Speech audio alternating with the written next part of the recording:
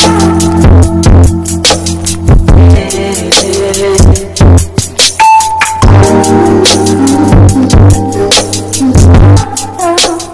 good day mga idol. Welcome po sa Alakdan Game Farm. Yan, ipapakita ko sa inyo mga idol yung for releasing natin sa April 26 mga idol. Ayan mga idol, ang ating mga pure white kelso. Yan. Bali, inaano ko na sila mga idol, pinapatigas-tigas ko na. Ayan, kung nakikita nyo may kasama silang pulet. Ayan. Para nung sa ganun, medyo matigas sila pagdating sa kanilang bagong amo. Ayan. Kasi 6 months releasing lang yan mga idol. Ayan. Hindi ko na ilalapit kasi alam niyo naman na napakaigpit kay Whitey. Kaya ayan. At tanawin nyo na lang mga idol. Ayan. Tapos nilagyan ko na rin sila ng panimbang. Then bukas papaliguan natin yan. Tapos bacterial flushing. Then deworming. Then bibigyan natin sila ng B-complex mga idol. Ayan. Para sa ganon kompleto sa vitamina at suplemento sila. Ayan. Ito Ayan, tigas na mga idol. Ayan yung pinaka-alpha sa kanila. Yung iba hindi pa ganong matigas dahil dito. Yan. Kasi ano yan eh. Siya yun ng babarako talaga. Pero ito matigas din to. Yan. Medyo pumapalag-palag yan din sa isa. Yan.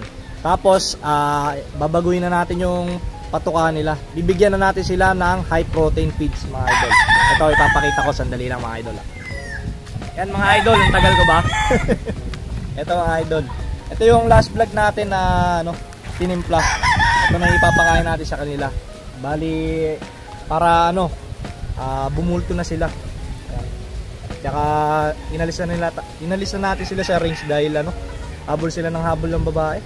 Mana sa inyo mga idol. Kaya ayun. Yan, mamamaximize na nila yung yung growth nila kasi solo na yung pagkain nila. Wala na silang kaagaw. Kung napapansin nyo, medyo naninibago pa. Kasi mga ilang araw pa lang sila diyan. Siguro patatagalin natin sila diyan ng mga 2 weeks. Tapos tsaka natin sila i-cohort mga idol. Talagang ko muna, kasanayin ko muna sila sa tali dahil yung baka mapilayan, mga bata pa kasi yan, i-early court natin yung kasi wala tayong mapipwestuhan ng race kasi may ilalagay na tayo doon na mga yung second batch ng early bird natin ilalagay na natin doon. Sa next vlog natin mga idol, ipapasyal ko naman kayo doon sa ating ranging doon yun, nakikita nyo doon.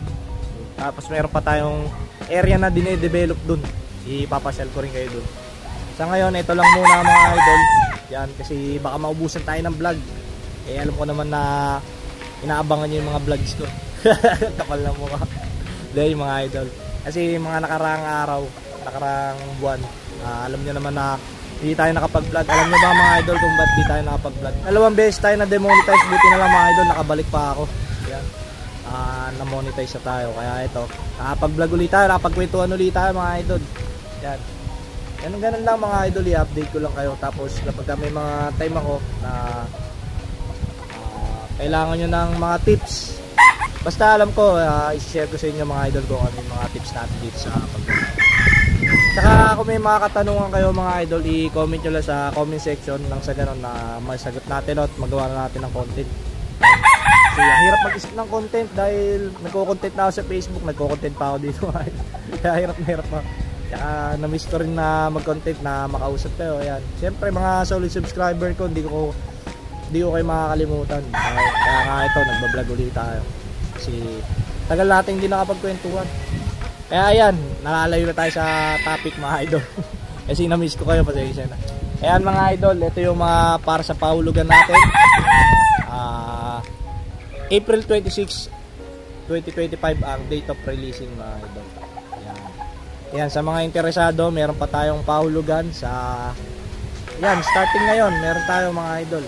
Ayan, 4 months na lang mga idol, i-release natin ang mga manok para abot kaya mas binabaan natin yung presyo.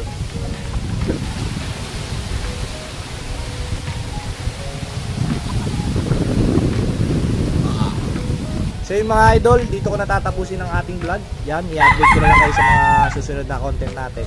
Maraming salamat sa inyong suporta at sa mga OFW dyan na sumusuporta din sa Alakdan Game Farm. Yan, mag-iingat kayo dyan. Isa rin akong OFW dati, kaya alam po yung hirap na dinadanas niya dyan. So yun lang mga idol, this is Mark Silva ng Alakdan Game Farm. Alright! Alakdan Game Farm, taas noo taas, sipag at puso, yan ang